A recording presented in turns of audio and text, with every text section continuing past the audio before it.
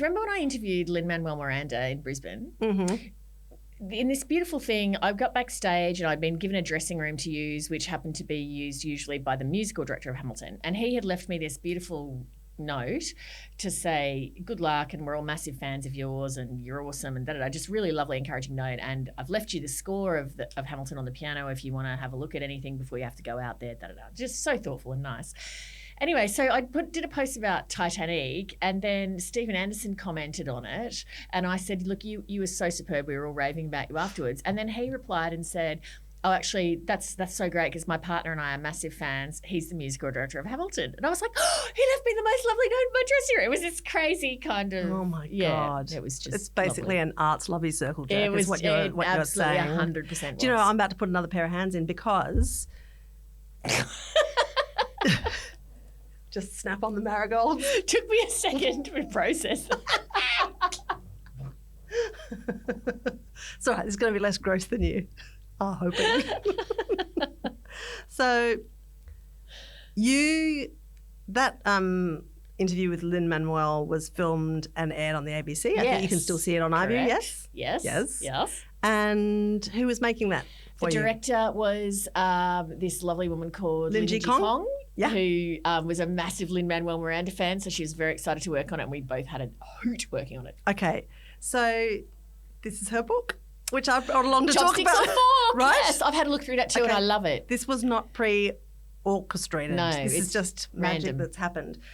So this book, Jennifer Wong, comedian, one of my favourite comedians. She is extremely funny, and relevantly to this episode too, she is one of these people who's incredibly funny about mental illness on stage. Oh, yeah, okay. because she had a whole show where she talked about being chronically depressed, and the high point of her discussion about chronic depression and the different ways that she attempted to tackle it was this one time when she went swimming with dolphins.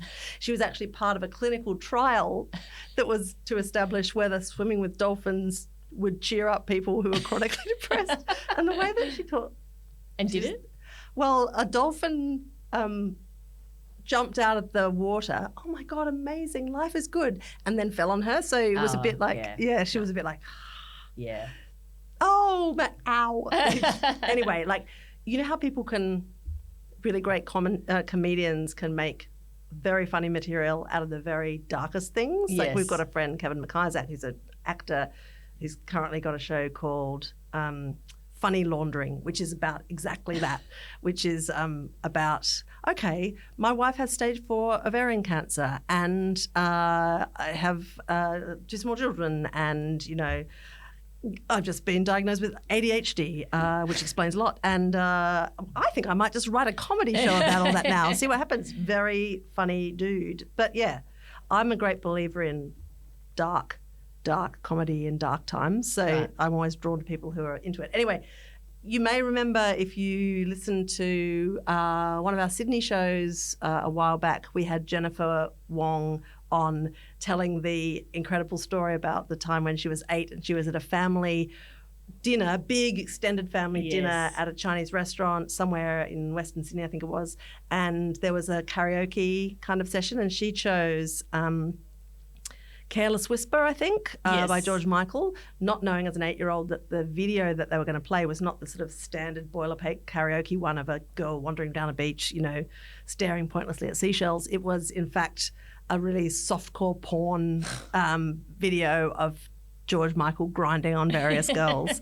And so, which is ironic, really, when you think about it. But she has this great comedy bit where she talks about what that 6 minutes was like for her as an 8-year-old. Anyway, this book is about the history of Chinese restaurants in regional Australia, right? It's such a good idea, and they've done a television series as well about it. But oh my God, it pushed so many nostalgia buttons for me clicking through it. And it's great because it's got sort of the flavour of Jennifer throughout, if I can say that without making Jennifer sound a bit like an MSG variant. But it's she loves a pun, so there's a few puns. But there's also kind of brilliant recipes for sweet and sour pork, beef and black bean. Yeah, the kind of the shame foods that you kind of like, is this like, you know, where you walk into a Chinese restaurant. Like I've been out for dinner with Jen a few times. She just comes and she just orders this amazing stuff. And I'm like,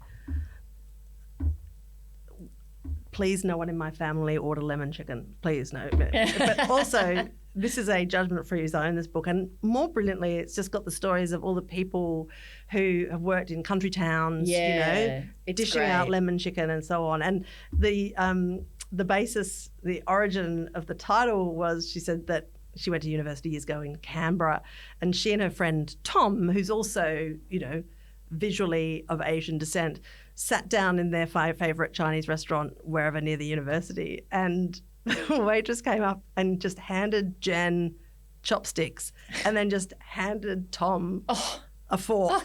No explanation. And then just walked away. And then it kind of spurred this discussion about like times when they've been asked if they want, or like times when the non-Asian person's been handed a fork and they've been handed chopsticks. Like, and then they go into a discussion about other weird implements that people use, and how she once saw someone eating a whole plate of spring rolls with a knife and fork. And like, anyway, so that's where the title of the book and the TV show came. Anyway, I loved it. It's gorgeous. And it's also this sort of like just kind of slice of Australian history that is extremely particular. And, you know, if you've got any mates, and we've got a few, who have grown up and around restaurants, with their Asian parents running these businesses at a certain time of Australian history. Yes. It's wow. Yeah. Yep.